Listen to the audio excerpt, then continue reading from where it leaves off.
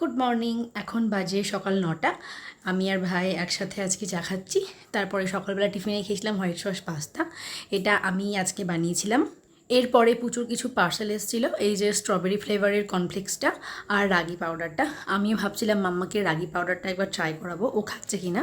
তো এখনও আমার নেওয়া হয়নি। টিফিনটা কমপ্লিট করার পরে আমি স্নান করে নিয়েছিলাম, আর আজকে মাম্মাকে মা স্নান করিয়েছিল, তো ও এখন মার সাথে একটু খেলা করছে।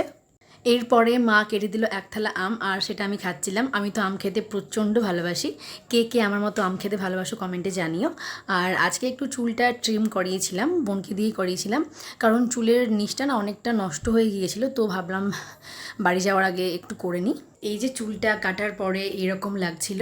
দুপুরে রান্না হচ্ছিল চিকেন, আর সেটা বোন রান্না করছিল। আমি ওকে বলছিলাম একটু কষা কষা রাখিস, কারণ আমার চিকেনটা কষা কষা খেতেই ভালো লাগে, আর আমি 2 পিস নিয়েও নিয়েছিলাম। এরপরে আমি মাম্মাকে খাইয়ে দিচ্ছিলাম, আর এখানে পুচুও খাচ্ছিল। রান্না হয়েছিল ইলিশ মাছের মাথা দিয়ে পুঁই শাক, এটা তো খেতে আমার খুব ভালো লাগে। আর ছিল চিকেন কষা, করলা ভাজা, আর মিষ্টি কুমড়ো দিয়ে একটা সবজি ছিল, সেটা আমি আর খাইনি। আর ভাইয়ের জন্য হয়েছিল ডাল।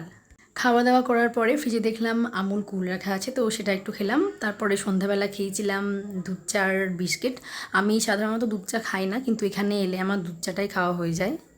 সন্ধেবেলা ভাই অনেক রকমের চপ নিয়ে এসেছিলো, মোচার চপ, ডিমের চপ, বেগুনি। তো সেই সব নিয়ে গিয়েছিলাম ছাদে, সেখানেই সবাই একসাথে খাচ্ছিলাম আর প্রচুর গল্প করছিলাম। আমার আরেকটা ভাই আর ভাইয়ের বউ ছিল, তো সবাই একসাথে খুব গল্প করছিলাম। এখন বাজে 10টা 15, তো সবাই একসাথে খেতে বসে গিয়েছি।